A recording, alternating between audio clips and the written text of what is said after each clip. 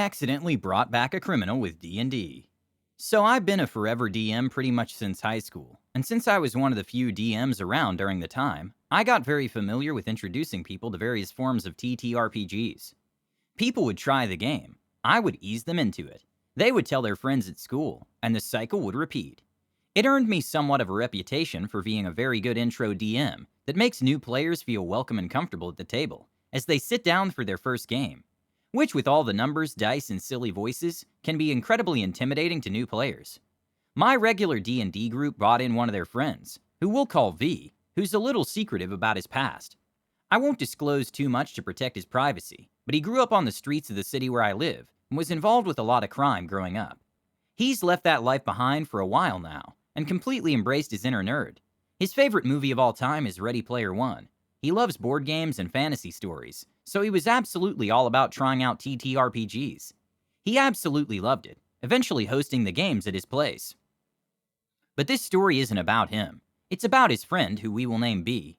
You see, B had served time together with V at the same prison, and the two of them became very close-knit during their time there. Any stereotypical physical attribute you could attribute to a gang member, B kinda lived up to. Bigger guy, prison/gang tattoos all over his face and body, just a generally intimidating vibe all around. B had just gotten released a couple months into our campaign, and since he was really close with V, and also didn't really have a place to stay, he became a more regular fixture at our D&D sessions. Both V and I invited him to join the game, but his response? Ain't no way I'm ever gonna be playing mother effing Dungeons and Dragons. I got it, TTRPGs aren't for everyone, but there was something unnerving about me detailing the adventures and us carrying on with our silly voices, while he sat there in the corner watching us out of the corner of his eye, with his arms folded the whole time. And I mean the whole time. He never looked happy either, like he wanted to flip the table and stomp us into the ground. I like to think that I don't get nervous easily, but with B there, I was nervous. V obviously wants me to use my DM powers to get his friend involved, but I didn't want to force the guy to sit down at the table if he doesn't want to. That defeats the whole spirit of what D&D should be in my mind.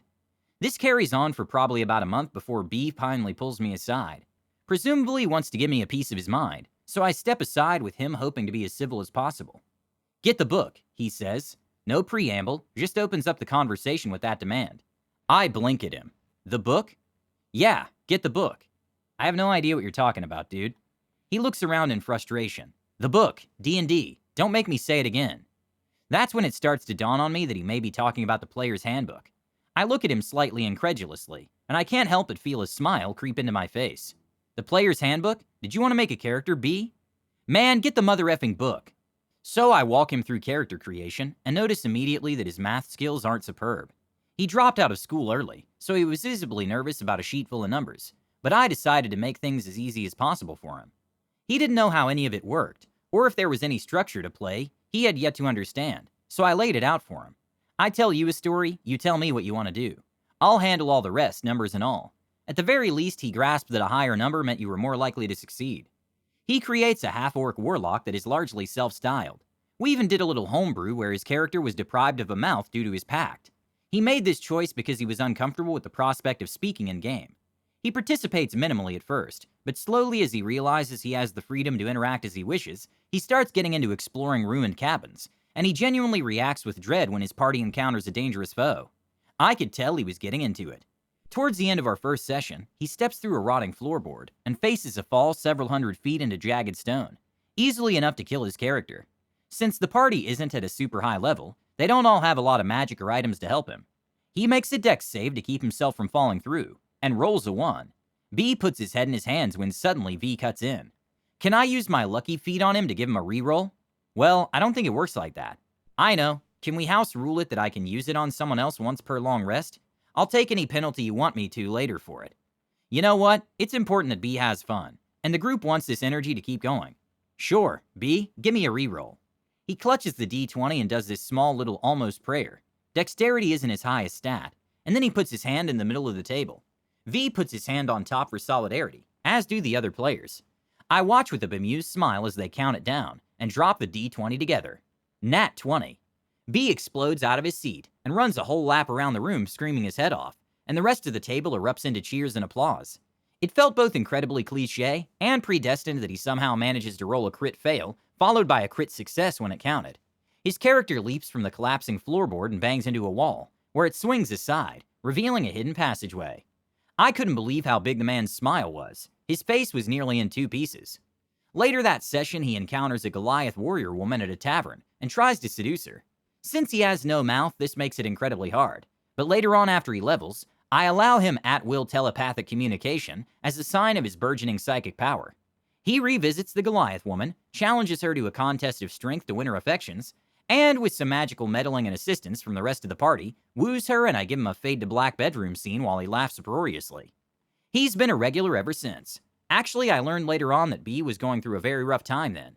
He had just been released from incarceration, but his father had just been indicted on a drug trafficking case and was facing 10 plus years in prison. He was struggling to find his way in the world, while also losing his father to the same system he just left behind. And the games have helped him find positivity and social connections, and he's been doing well since. Actually, he called me the other day to inform me he's just rented his first apartment, and it made me think of this story. I never knew the impact D&D was making on someone's life that day.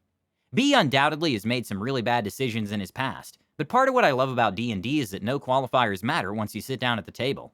You're a player and a collaborator like the rest of us, and the decisions you make there are what matters. B's story isn't going to resonate with everyone, but it matters to me because I made a genuine friend that day, and two very different people were brought together because of a D&D session. And I think B found some redemption and acceptance he's been wanting his whole life. I intend on taking him to the local game store for the first time soon, because if there's anything I've learned about B so far, it's that the man is a big kid at heart, who never got the chance to be one before the street life made him toughen up. Actually, his probation officer is so impressed with the positive social connections he's made with V, he's told B to stay in touch with him once a week, even after he's moved into his new place. I had a pretty good idea what that once-a-week meeting will look like.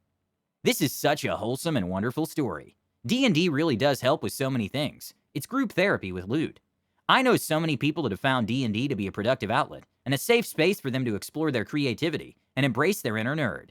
Share your wholesome stories with us in the comments below. Don't forget to subscribe to our channel, All Things D&D. Stay tuned for more amazing Dungeons & Dragons content.